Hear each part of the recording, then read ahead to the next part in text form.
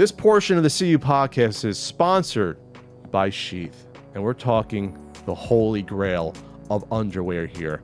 For centuries, millennium, we had the same underwear out there. Everything just thrown together, willy-nilly, things touching and slapping each other, contact with the thigh. Not anymore. There's a dual pouch system, right? You put everything in there, but then you separate out the twig and the berries. It's separate out for maximum. The nose and the spectacles, the cods and the cabbages. The frankenbeans. Separated so, at last. Separated as intended. You're going to be a lot cooler. You're going to chafe a lot less. You're going to readjust a lot less. Yes. If you've ever found yourself adjusting or uncomfortable while waiting in line and all you can do is think about, can I reach down and fix myself? You don't ever want to do that in public. Well, with Sheath, you are going to have to do that a lot less. Keeps everything nice and in order. Traditional boxer briefs, they're barbaric. Come on. We're past that. So if you're active, if you do yoga, if you work out, you do MMA, if you run, this is a game changer. This is a game changer right here. But even if you're just working in a store during the hot summer days, you're going into the flea market, you're walking around, you're going to notice a difference. You're going to notice it's a little bit more comfortable, a little more cool down there, a little less sweaty there. Sheath was invented by a U.S. Army soldier who came up with the idea for Sheath during his second tour in Iraq, where it is really hot, obviously. And, he needed the boys to breathe down there. So thank you so much for your service and also for creating Sheath right there. So right now, there's a special deal if you want to keep your boys a little bit more comfortable and cool down there. Go to sheathunderwear.com/CU podcast for 20% off your order today. That's SHEATH underwear.com/CU podcast, and make sure to use the promo code CU podcast at checkout, or just click the link below. That's sheathunderwear.com/CU podcast for 20% off. You're going to thank yourself, trust me, with Sheath underwear. Ian, there was a lot going on with the high-end game collecting, speculation, investment scene over the past really week and a half. We had the record-setting, Legend of Zelda go for around $900,000, and then you had the $1.5 million Super Mario 64 that made waves. There have been articles written about it, and then literally, 4 days after this big weekend sale, 3 days, we had an announcement that Collectors Universe acquired Wata Games. Was it even that long after? I thought it was like the day after. It was Wednesday, so It was like 3 days after the sale, after the big, or at least auction. So Pioneer Grading Service, trusted with ultra-rare items, including record-breaking 1.56 million original Super Mario Bros. Games. Wata Games joins PSA and PCGS. So they do cards, they do comic books. They aren't the biggest comic book ones, but we've seen stuff created by them before at Comic-Con. They're like the secondary one. CGC is the big one who are they're getting into they're getting into it on their own. And now so you have basically a buyout of Wata that happens slowly after this. This is via I think Business Wire, and then Yahoo was reporting on it. We have a quote from Dennis Kahn, president and founder of Wata. We founded Wata to elevate the video game hobby and grow the industry overall by adding legitimacy, I would put that in big quotes myself, transparency, and professionalism to it. Nat and the entire Collectors Universe team have demonstrated a commitment to expertise and are investing in the business of for the benefit of hobbyists and consumers. With their expertise and resources, Wata will be better able to service its growing demand, fuel the hobby, and provide new and long-time customers with the best experience possible. The acquisition of Wata Games marks the first major categorical expansion beyond trading cards, sports memorabilia, and coins for Collectors Universe. It's like the final frontier almost. It's like, some of these companies they do coins, they do comics, they do cards, some do toys. I was gonna say some do toys, right? Yeah, there are toys. Okay, they might do toys, but so there's like three major companies that does all this stuff. So this is like the new category for now for multiple companies getting into this. Figure, hey, we do comics like CGC, like we do comics. We're the biggest one that comics in the world, and we do coins. We do this. Why not do video games? We see all this money being thrown at it. I comment at the time that obviously stuff like this is in the works for a while, but you like to time this stuff after the big weekend. The timing is not coincidental. No, absolutely not. The timing's not. So I'm not saying it sweetened the deal, but it could have. Even if that Mario hadn't gone for the 1.5 million. It was still the first Heritage auction. It was the first only video game. There was some. Yes, it was the first solely video game. They usually paired it with comic books and other things. Okay, and, yeah, I knew. There was something big about it. Yeah, it was the first solely. They've been doing this now for like 2.5 years or so, 2 years, and so that was the first one. It will continue to be operated as a standalone business with existing leadership. The expansion into the video game industry follows the acquisition of Collectors Universe earlier this year by an investor group led by Turner, a longtime collector of sports cards collectibles, as well as D1 Capital Partners and Cohen Private Ventures. So you see what's happening. You have big investment money now buying out the grading companies. Right. They are pumping money now into this, and they see video games as the hottest thing. So obviously you have a lot of people now that are realizing it's the first time that, wow, look at these sales go for a lot of money. You have a lot of these are mainstream stories. When these $1 million things happen, these are mainstream stories.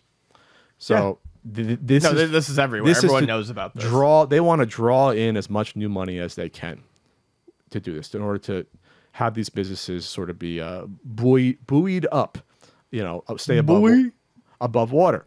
So it's a like I said, it's a sad turning point in terms of now it's totally when you have like investment firms throwing their money behind these things, and it's just let's see how much money can we make on this as quickly as possible, and that's what's happening. And it's a shame that I'll just say that there are some people that think this is totally organic over the past couple years, and it's not. In my professional opinion, it's not organic. If you want to say it's 20% organic, you want to throw a percentage, the majority of this has not been organic. If you know the players behind the scenes, if you know the relationships they have with each other between the grading companies and Heritage Auctions, being the same people that then get involved in buying or investing in these games that make new stories. We've commented on it before. It's out in the open. And it's sad. It's sad. I didn't think it would happen this quickly. I thought maybe it would take, years and years and years. I didn't think it would take 2 years. And then, it's all hell breaks loose. And this is where we're at. But now we have to watch this and report on this over the next few years, probably more as business stories and acquisitions and things being bought up. So yeah, that's my thoughts here before we get into it. We're going to get into an Ars Technica article that discussed why collectors are confused about the $1.5 million sale. But yeah, any thoughts on this acquisition, Ian? No real thoughts on the acquisition. I'm not surprised. But don't tell me that, this is for the betterment of consumers, and it's like... No, I don't think it's for that at all. Although I don't know what else we would expect them to say. If you're throwing money behind it to get this done quicker, that's fine. But as we know, WADA's been problematic before. We've discussed a few things. They don't care. They just got acquired, so they got a payout. So they made it work. Good for them. Good for them. They made sure that they got their name out there. They got the right players involved behind the scenes. They made the deals. They made sure that they got the good quotes in the articles from Kotaku and New York Times. And this is what it all leads to, is this. It's all business. Let's not pretend that, there's an altruistic reason for doing this. There's not. There's millions of dollars at stake in this. That's why you start these companies. You don't start these companies to be like, we want to help out the community. Yeah, you can go get your booth at some conventions and say hi to the retro collectors and try to schmooze me and Ian and get you on our side. I don't actually feel like we were ever schmoozed, Pat. I was schmoozed. They gave us free stuff. I don't think they expected us to change our opinion on it. They would have liked it to have been. Okay. Because if people like us come along and give it authenticity... I have plenty of problems with it. I don't feel like we were schmoozed. Well, there was an attempt to get in our good graces. Okay. I'm not saying it's a bad thing, but it happened. Well, you didn't get all my emails that I got from people. So, all right. So, let's talk about this article from Ars Technica. And before getting this article, this is Ars Technica article by Kyle Orland. I actually spoke to Kyle Orland on Discord and Twitter, saying that, hey, I would be addressing this article because, I respect your work, obviously. I like Ars Technica in general. And I do have critiques of this article. I want to make sure it's not a hit piece on him or anyone else involved, but you know, we're adults. We have disagreements on this stuff and sort of the angles we're coming from. So collectors are as confused as you are about that 1.56 million Super Mario 64 sale. Old school collectors meet, quote, new money as seal prices inflate 10 times in 2 years. Oh, no, it hasn't been a 10 times inflation. It's been about 100 time inflation or more for some of this stuff. It's been a lot more than that, and that's what's so alarming about it. If you want to tell me it was 5 or 10 times, I'd be like, okay, that's kind of crazy. But no, we're talking 100 times on some of these games or more. When you tell me there's a $30,000 fucking Double Dragon a couple years ago, that game, you know, a few years ago wouldn't probably cracked 1,000 or 2. You know, we're talking a big increase in some of this stuff, especially with the Super Mario Brothers stuff is insane.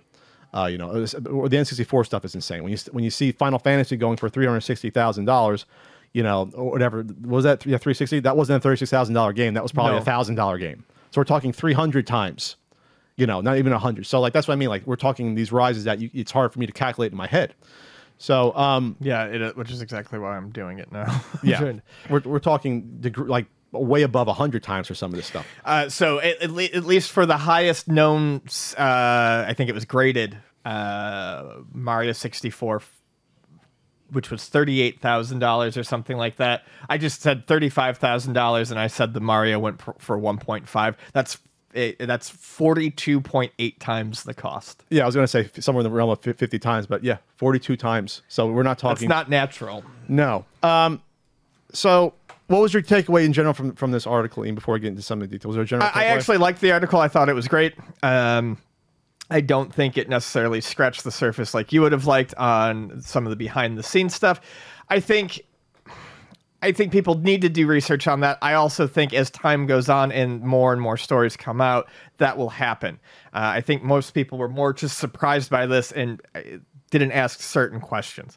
I think this article did a very good job of doing one thing specifically that I really liked. And Kyle did that with he did that using quotes from Chris Kohler and Kelsey Lewin.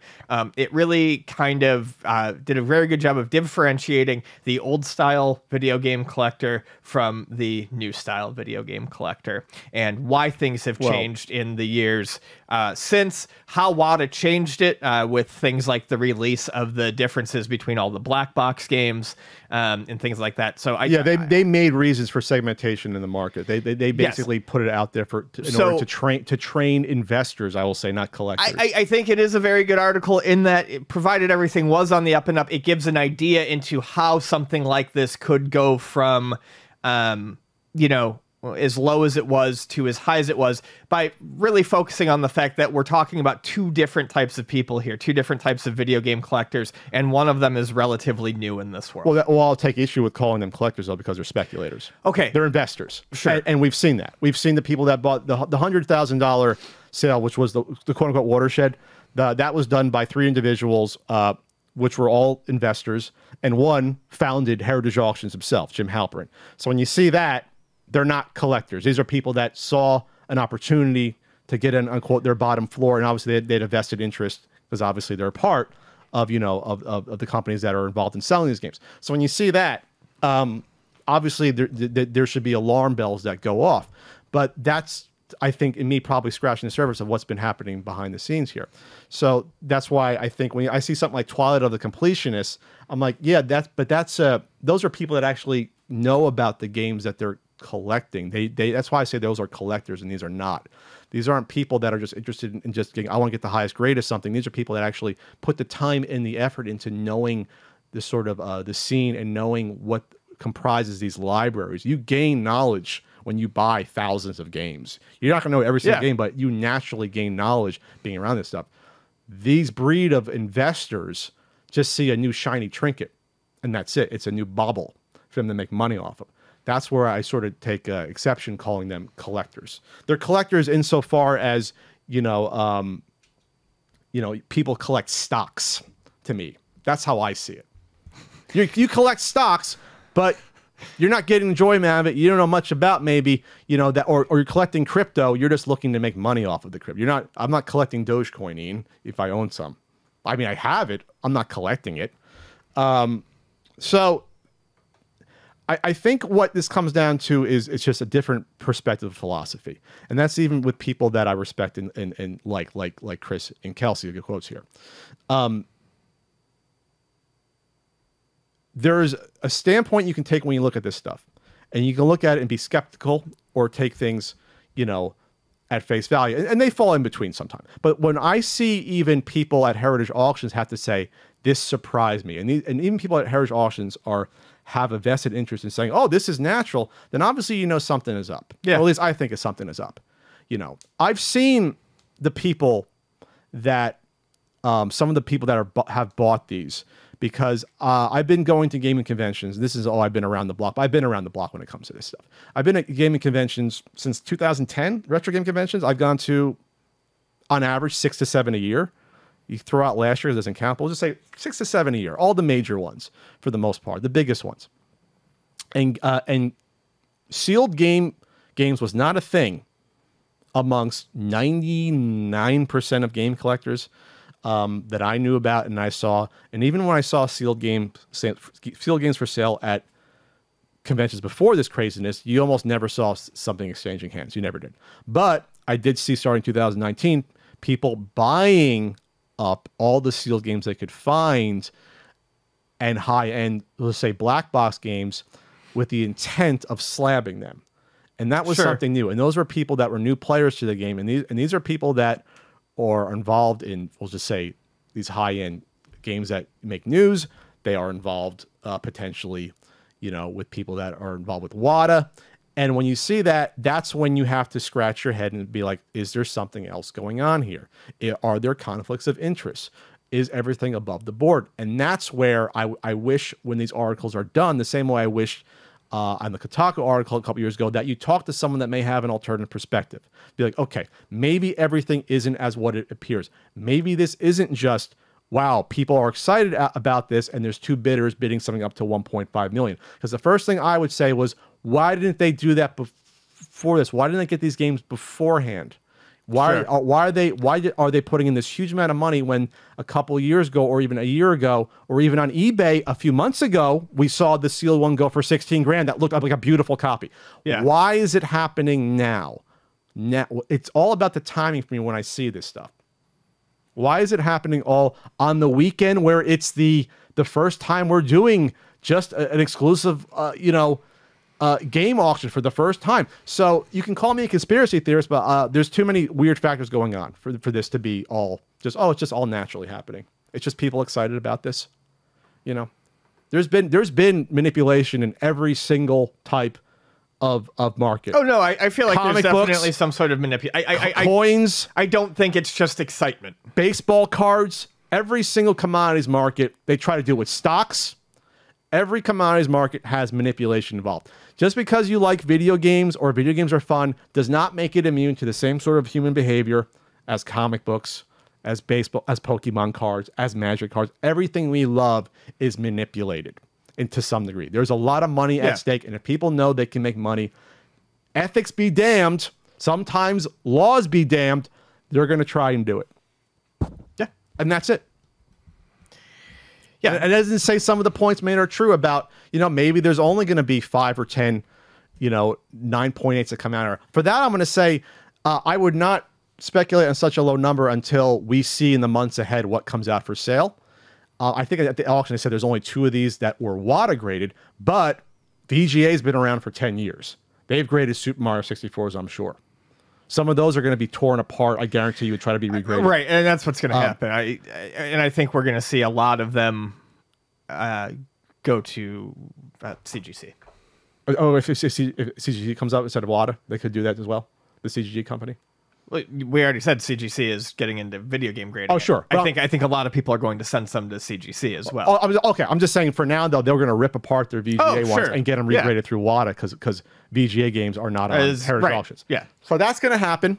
Every single person that now has a sealed one laying around their collection, the person that bought theirs from Luna Video Games a few years ago, they're going to get theirs graded. Someone who has a shipping box laying around, they're going to pull theirs out. Because remember, it's not like you can't find them. Remember, it was like a 2 out of 6 chance you could get a 9.8 on an N64 game out of a shipping box. It's not like it's 1 out of 100. Right. It's like a 25% or 30% chance. So like, More are going to come out. Yeah, in terms of any specific quotes, anything that you liked or didn't like in here? No, like I said, my main takeaway from the article, and I understand some of your issues with it, but my main takeaway from the article was that it's a good way for people new to this story and new to the concept to understand what differentiates the different types of people in the scene. For these new collectors from the article, hoarding unheralded games just because they're rare isn't really the point. Kohler summarized the new collector's mentality. You shouldn't try to get this big junky set of all these random games that nobody cares about because nobody cares about them outside of the small circle.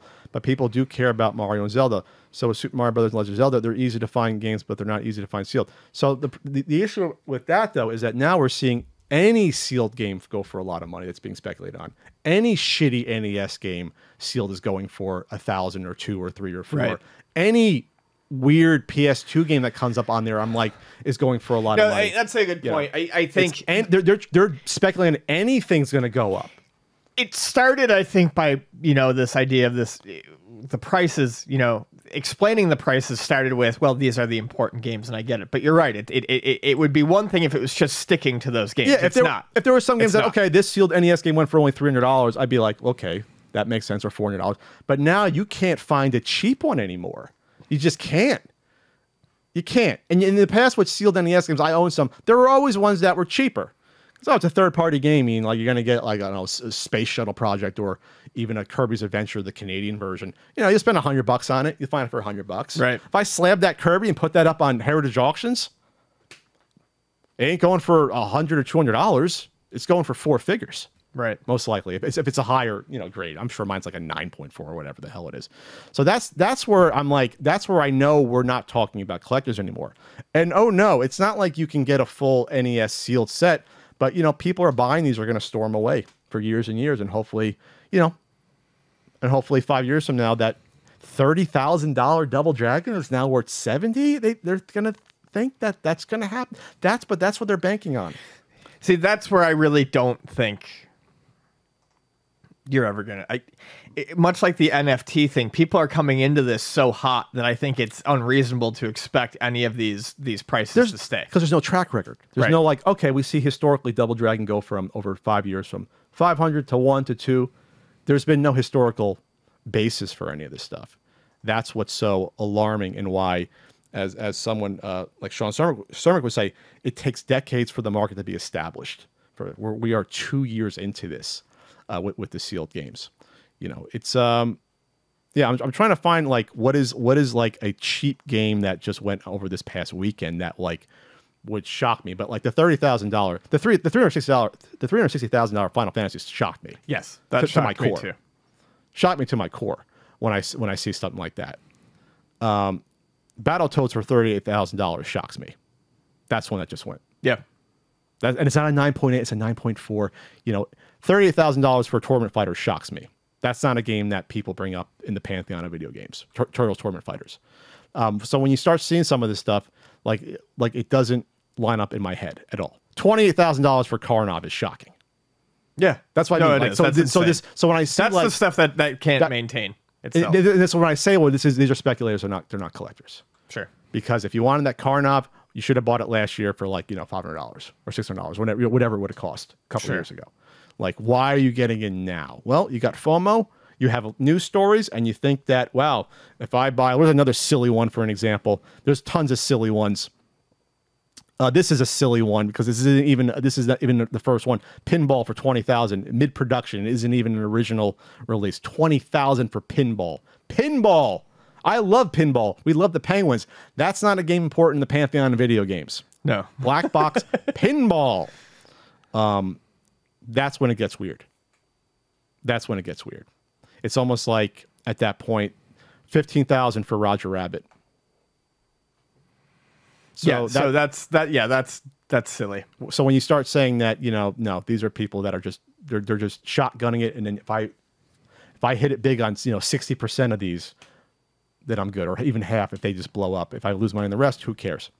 But it always comes down to how long can you keep these high prices going, especially when there's more of these games out there. You want to spend $10.8 thousand on Bart versus the World sealed? Nope. No, I do not. You think someone really loves Bart vs. the World enough they want to recapture nostalgia of that by having it sealed? No, they're gonna hope for crossover Simpsons appeal. Or how about the crossover appeal of Daydreamin' Davy for $10,000? or Star Voyager for $10,000. That was the one I keyed. I remember last year I said it went for like $3,000. I said how silly it was for fucking Star Voyager. Yes. And now $10,000. So there you go. I would love to know if I could get like the Venn diagram of people that played these games versus are spending 5 figures on these games now.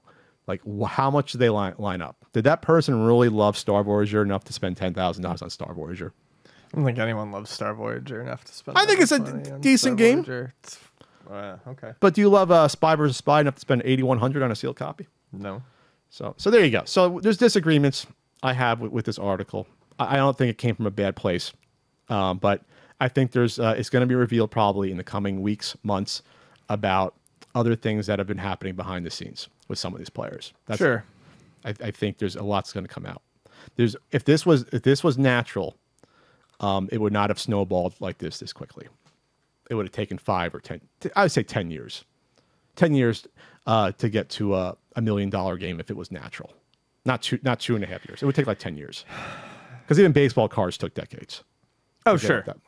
Comic books took decades to get to $1 million. Not 2 years, not 2.5 years. And again, this is not regular video game collecting, it's something else. Because video game collecting, you say has been around since the 80s, it's been decades, but not this. All right, anything else to add, or are we cool? We're good.